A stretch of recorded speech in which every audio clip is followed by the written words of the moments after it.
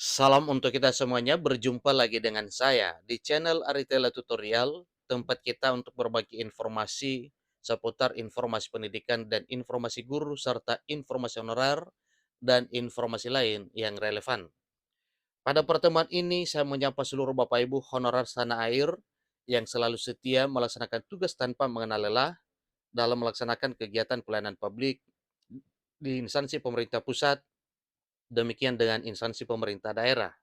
Saya yakin bahwa Bapak Ibu honorer selalu semangat dan selalu dalam keadaan sehat walafiat. Pada pertemuan kali ini ada satu hal penting yang perlu saya bagikan kepada seluruh Bapak Ibu honorer senair terkait dengan informasi honorer tercecer akan didata dan ada potensi lonjakan mengkhawatirkan. Nah, Bapak Ibu terkait dengan informasi ini, suatu hal yang wajar kalau para honorer tercecer itu didata ulang sehingga mereka juga tercover menjadi honorer dalam database Badan Kepegawaian Negara. Namun satu hal yang perlu diperhatikan, dengan pendataan ulang pasti ada hal yang perlu dikhawatirkan. Nah, kira-kira apa ini Bapak Ibu yang dikhawatirkan apabila para honorer tercecer ini didata ulang? Mari kita simak informasi berikut dengan seksama. Dan bagi Bapak Ibu yang sedang menonton, demikian Bapak Ibu yang mungkin baru menemukan informasi melalui channel ini, jangan lupa dukung channel ini dengan cara like dan subscribe, share, dan komen, serta nyalakan tombol notifikasinya supaya semua informasi yang disalurkan melalui channel ini selalu update di layar Bapak Ibu. Tanpa basa-basi lagi, langsung saja pada informasinya. JPNN.com Jakarta memuat satu informasi penting terkait dengan honorer yang tercecer akan didata kembali. Begitu juga dengan honorer yang sudah dirumahkan atau kena pemutusan hubungan kerja atau PHK didata kembali. Dewan Pembina Forum Honorer kategori 2 Teknis Administrasi Indonesia Nurbaiti mengungkapkan sesuai informasi dari pejabat kantor staf presiden atau KSP, honorer yang dirumahkan maupun tercecer akan dimasukkan ke pendataan sehingga mereka juga merasa bahwa ada keadilan dengan mereka didata seperti honorer yang sudah lolos pendataan melalui database Badan Kepegawaian Negara pada tahun 2022 yang lalu. Nantinya pendataan akan dilakukan kembali oleh pemerintah.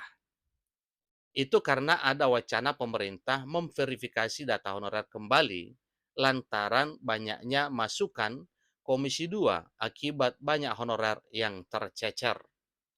Tercecer dalam arti banyak honorer yang belum bisa masuk pendataan pada saat pendataan 2022 itu karena memang mungkin kendala teknologi seperti di daerah terpencil atau daerah 3T yang tidak terjangkau oleh jaringan internet. Jadi suatu hal yang wajar kalau mereka belum bisa tercover apa boleh buat karena memang kendala teknologi. Demikian dengan para honorer yang sudah dirumahkan, pada saat pendataan mereka tidak bisa masuk karena mereka sudah dirumahkan. Jadi kemungkinan belum mendapatkan informasi terkait dengan pendataan ini. Sehingga nama-nama honorer yang sudah di PHK atau dirumahkan sebelumnya itu tidak bisa mendaftar dalam database BKN. Jujur agak sedikit kaget kalau didata ulang, tentunya pasti akan bertambah jumlahnya. Dari 2,3 juta bisa menjadi 3 juta. Ini ujar Nur Baiti kepada jpnl.com pada hari Minggu 3 Desember 2023. Jumlah itu belum dikurangi honorer yang ikut tes di 2022 dan lulus optimalisasi pada 2022. Bahkan tidak sedikit juga honorer yang ikut tes di 2023 tahun ini. Namun, apapun upaya pemerintah dalam menyelesaikan honorer menjadi aparatur sipil negara, Bunda Nur, sapaan akrabnya, mengaku sangat setuju asalkan ini bisa betul-betul menyelesaikan permasalahan status honorer agar tidak ada lagi diskriminasi. Dia berharap para kepala daerah yang sudah merumahkan honorer K2 dan non K2 untuk meninjau kembali keputusannya. Ada apa ini Bapak Ibu terkait dengan para honorer yang sudah di PHK dan belum terdata supaya mereka dipanggil kembali untuk didata ulang sehingga mereka benar-benar merasakan keadilan bahwa mereka juga adalah honorer yang sesungguhnya. Pemerintah pusat sudah berupaya menerbitkan Undang-Undang Nomor 20 Tahun 2023 tentang aparatur sipil negara, sehingga tidak ada penghapusan honorer. Pemerintah daerah malah diharuskan menyelesaikan honorer melalui pengangkatan menjadi aparatur sipil negara, baik menjadi ASN P3K penuh waktu maupun P3K paruh waktu. Jadi ini adalah tugas pemerintah daerah supaya melakukan tugas dan fungsinya dalam hal memperhatikan para tenaga honorer yang ada di instansi di daerahnya masing-masing. Sebelum Undang-Undang Aparatur Sipil Negara baru ini yang terbit, tambahnya Menteri Penanggulangan Aparatur Negara dan Reformasi Birokrasi, Menpan RB Abdullah Azwar Anas, juga sudah menerbitkan surat edaran yang meminta agar Pemda mengalokasikan dana gaji honorer sampai 2024. Tidak boleh dikurangi, baik sisi jumlah bulan maupun nominalnya. Ini tegas Bapak Ibu disampaikan bahwa gaji mereka itu tidak boleh dikurangi. Jadi itu informasi terbaru Bapak Ibu terkait dengan penegasan dari apa yang disampaikan sesuai dengan informasi ini.